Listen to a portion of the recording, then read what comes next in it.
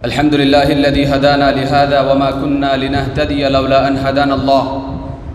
قال الله تبارك وتعالى في كلامه المجيد والفرقان الحميد بعد أعوذ بالله من الشيطان الرجيم بسم الله الرحمن الرحيم فإذا عزمت فتوكل على الله.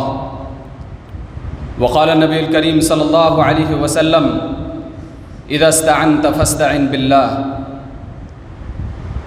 دور دراز سے تشریف فرما مہمان مکرم چیئرمین توحید ایجوکیشنل ٹرسٹ اور پرنسپل جامعۃ الامام البخاری اراکین جامعہ، مشفق و مربی اساتذہ اکرام اور میرے عزیز دوستو، میں آج کے اس استقبالیہ پروگرام میں جس موضوع کے تحت کچھ بحث کرنا چاہتا ہوں وہ ہے کامیابی کا تعلق صرف قسمت سے نہیں بلکہ محنت سے بھی ہے.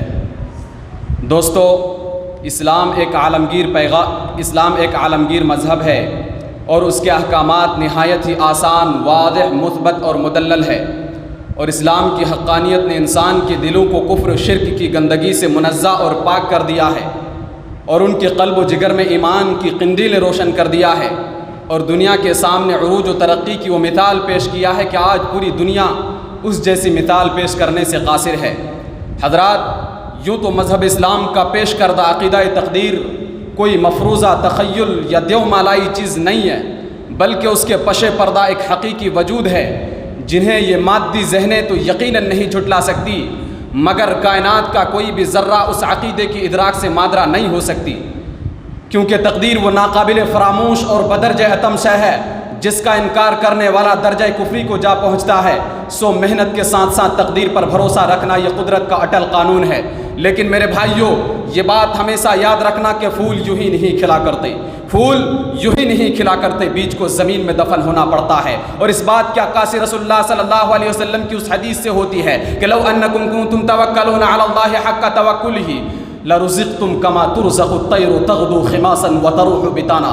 دراصل ترمذی شریف کی اس حدیث کے ذریعے سے محنت اور مشقت کا ایک اہم سبق اور ایک اہم اصول دنیا انسانیت کے سامنے پیش کیا گیا، اور تغدو خماسا وتروح بطانا کہہ کر انسانی قلوب کو محنت و مشقت کا پیغام دیا گیا ہے. یقین جاننا کہ اس دھرتی پر جب بھی کسی قوم نے محنت و مشقت کو اپنا مطلع نظر بنایا ہو تو انہوں نے پوری دنیا کو مسخر کر لیا اور دنیا و مافیہا کے راز ہائے سروستا سے آشنا ہوئے. کامیابی انفرادی ہو یا اجتماعی، دنیاوی ہو یا اخروی، اس کا تعلق محنت کے ساتھ، تقدیر کے ساتھ ساتھ محنت پر بھی ہوتا ہے. اس دھرتی کے سینہ گیتی پر عظیم شخصیات نے عظیم الشان کارنامے انجام دیے، سورج کی سواؤں کو گرفتار، چاند پر کمندیں ڈالی، ستاروں تک رسائی حاصل کیا، اور صرف اتنا ہی نہیں بلکہ آج پوری دنیا اس کے سامنے ہاتھ باندھے کھڑی ہے، جس سے قوموں کی زندگی میں انقلاب برپا ہوا. سچ ہے، نہ کر تقدیر کا شکوہ، مقدر کو آزماتا جا، ملے گی منزلیں خود بخود، قدم آگے بڑھاتا جا. میرے بھائیوں، ہم اہل ایمان ہیں اور اہل ایمان ہونے کے بنیاد پر تقدیر پر مکمل بھروسہ اور کامل اعتقاد رکھتے ہیں، لیکن اس کے ساتھ ساتھ محنت و اسباب کو اختیار کرنا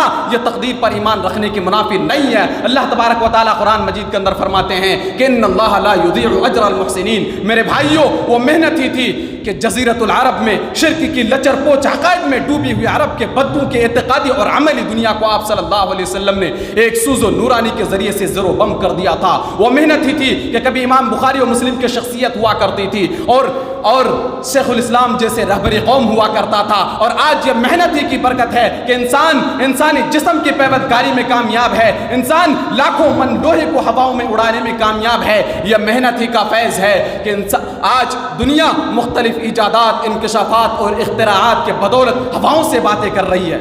میرے بھائیوں، آج دریاؤں کے وحشتناک موجیں اور آتش فشاں کی ہیبتناک دھماکے سب حضرت انسان کے آگے عاجز و درماندہ ہے جو محنت کا بین ثبوت ہے. ہواؤں کی چٹانوں سے اگر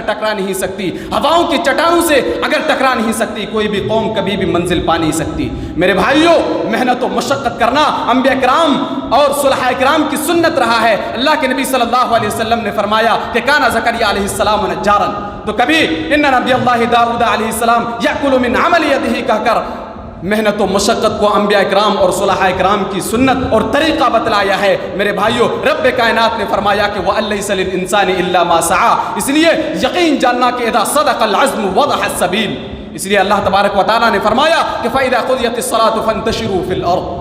میرے بھائیوں یہ وہ ساری باتیں ہیں کہ اگر آج بھی ہم نے ان ساری چیزوں کو نظر انداز کر دیا تو وہ دن دور نہیں کہ جب ہمیں اپنے آپ سے گھن محسوس ہوگا اور ہمارا وجود ایک تماشا بن کر رہ جائے گا۔